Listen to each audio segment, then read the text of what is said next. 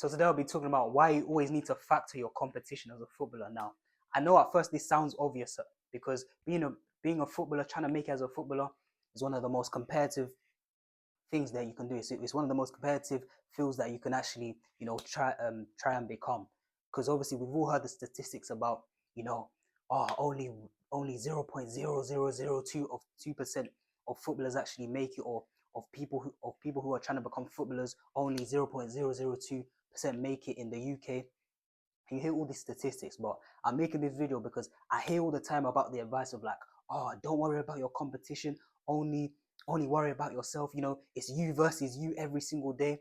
And obviously that's good advice for you to, lock in and really, focus, and sort of, I feel like that's good advice for sort of weeding out the distractions, because obviously the message about, oh, it's only you versus you, it just helps you sort of just lock in and just focus on just improving every single area of your game. However, in my opinion, a lot of people take this too far, and it's like a lot of people sort of don't factor in the competition. They sort of shy away. I see people shying away from competition, and with the excuse of like, oh no, I don't want to compete, I'm only focused on myself, I'm only focused on, it's me versus me. But however, you need to factor in your competition, because you need to know the standard, because you could be working, you could be putting in the hours all day every day, but if you don't know the actual level, you might think that you're up here, but you might have a rude awakening one day, where you realize, oh damn, like I'm actually down here and other people are down here. Because obviously if you've never even seen your competition before or played at a higher level before, you might think you're the best, but you actually come to realize, oh, okay, so the intensity in my training is not good enough at all. I'm lacking. I have a lot of flaws in my game that I didn't know I had. I have a lot of weaknesses. I don't check my shoulders enough. I don't play. My speed of play isn't good enough, or my 1v1 ability isn't actually as good as I thought it was. Because maybe you've been just doing individual training sessions on your own, doing step overs against the cone, but then you step onto a pitch, and then you're getting tackled every single time. You can't get past your defender. So that's why you actually have to factor in your competition. And this is another reason why I always say that individual training sessions are good. Like, let's say it's pre-season, individual training sessions are good, but you can't do them. You can't just do individual training sessions throughout the whole pre-season, because you need to know if your training is actually working. You need to know if you're actually getting better, if you're actually improving, and you need to see what other people are doing as well. So you know where you rank, so you know where you measure, so that if you're better than them, you can say, okay, I'm better than these players I'm playing with. Let me go find even better players, or let me keep doing it. Let me keep doing what I'm doing, so I can sort of maintain. Or you play with them players in preseason, and then you realize, oh damn, I'm not good enough. I need to change up my training sessions. I need to do more, basically. Just finding out that you need to do more. So in my opinion, competition, it should drive you as a footballer. Never shy away from competition. Competition is what should be driving you as a footballer, and just as a man in general, you should thrive off of competition. Like, I know for me for example, anytime I do sprint training by myself, I can feel myself. I'm feeling good. I'm feeling fast. But then anytime I do it with someone else, or let's say I do it with my cousin, for example, and there's sort of competitive, that competitive vibe in the air.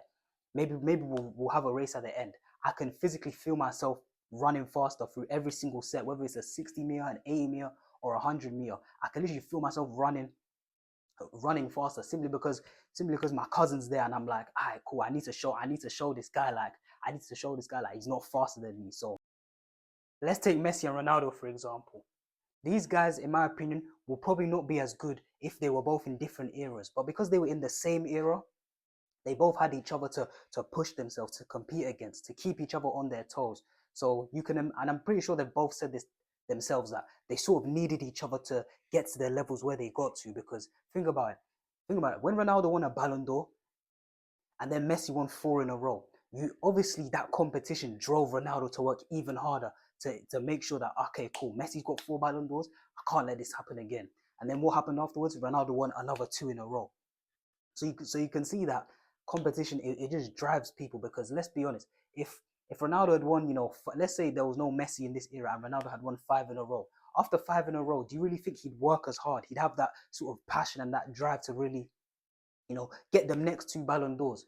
Nah, he really wouldn't. But because Messi won the 4 Ballon d'Ors after he won his first one, he had that drive, that passion. He worked even harder to get those extra 2 Ballon d'Ors, and then eventually he got 5 Ballon d'Ors. Obviously, Messi ended up getting, what was it, 8 Ballon d'Ors. But let's be honest, in my opinion, without Messi, Ronaldo wouldn't have, become the player he is, because there wouldn't have been any real competition. It just would have been him, and then sort of everyone else. Then you got the Neymars, the Suarez's. But he saw, when he had Messi to compete with, it just drove both of them to a completely new level. And in my opinion, that's just simply because of competition. So I miss to play in Spain. We have that battle the last 15 years, which is good. He pushed me and I push him as well. So it's good to be part of history of football.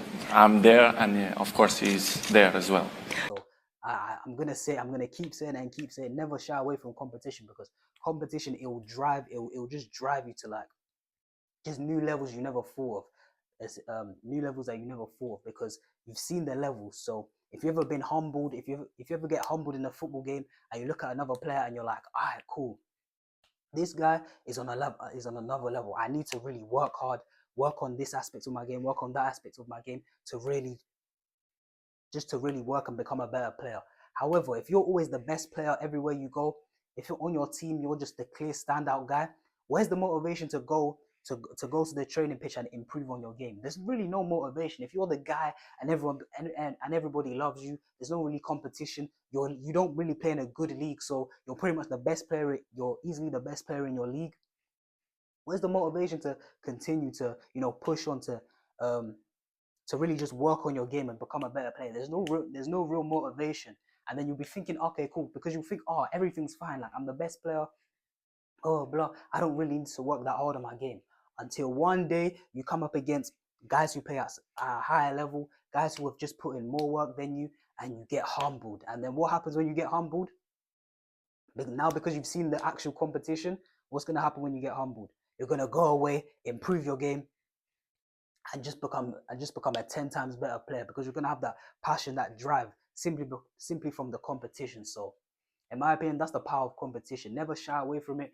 I know a lot of people say, focus on yourself, don't focus on anyone else, which like I said, is good advice, because everyone's journey is different. So you shouldn't be looking at another guy's journey thinking, oh, I wish I was in his position, or you shouldn't be feeling bad about it. But in my opinion, you need to have an idea of the levels. You need to have an idea of, like, I say everyone's journey is different, but you need to have an idea of, like, okay, cool. At 14 years old, where should I be? At 16 years old, where should I be?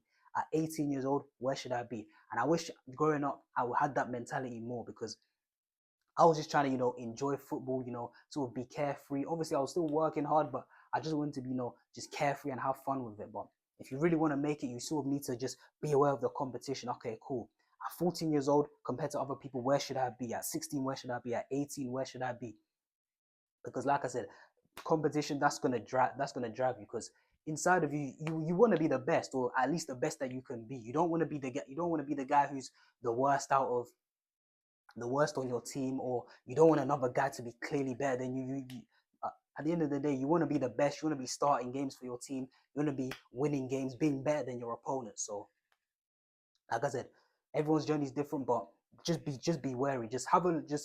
Assess the competition. Have a look. Okay, where's everyone at? Where should I be at this stage of my career? At this stage of my development? Where are other people? What are other people doing? Are they doing more than me? Are they doing less than me? And then as soon as you've gathered the information about what the competition are doing, then you can focus. That's when you can focus on yourself.